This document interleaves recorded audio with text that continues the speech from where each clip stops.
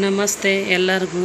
ಇವತ್ತು ಮನೆ ಎಲ್ಲ ಕೆಲಸ ಮಾಡಿ ಇವತ್ತು ಅಡುಗೆ ದಂಟಾಕಿ ಸಾರು ಮಾಡಿದ್ದೆ.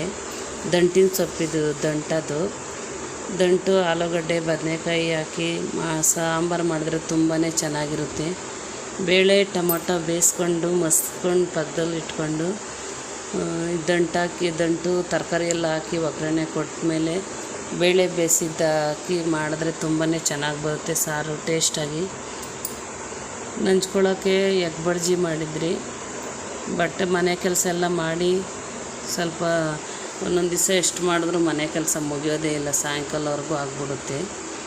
ಎಲ್ಲ ಕೆಲಸ ಮಾಡಿದ್ಮೇಲೆ ಊಟ ಮಾಡಿ ಹೂವು ಬರೋಷ್ಟೊತ್ತಿಗೆ ಕಟ್ಟಿ ಅಡುಗೆ ಎಲ್ಲ ಮಾಡಿಟ್ಟಿದ್ರಿ. ಈ ವಿಡಿಯೋ ಇಷ್ಟ ಆದರೆ ಲೈಕ್ ಮಾಡಿ, ಶೇರ್ ಮಾಡಿ, ಸಬ್ಸ್ಕ್ರೈಬ್ ಮಾಡ್ಕೊಳ್ಳಿ. ಆಮೇಲೆ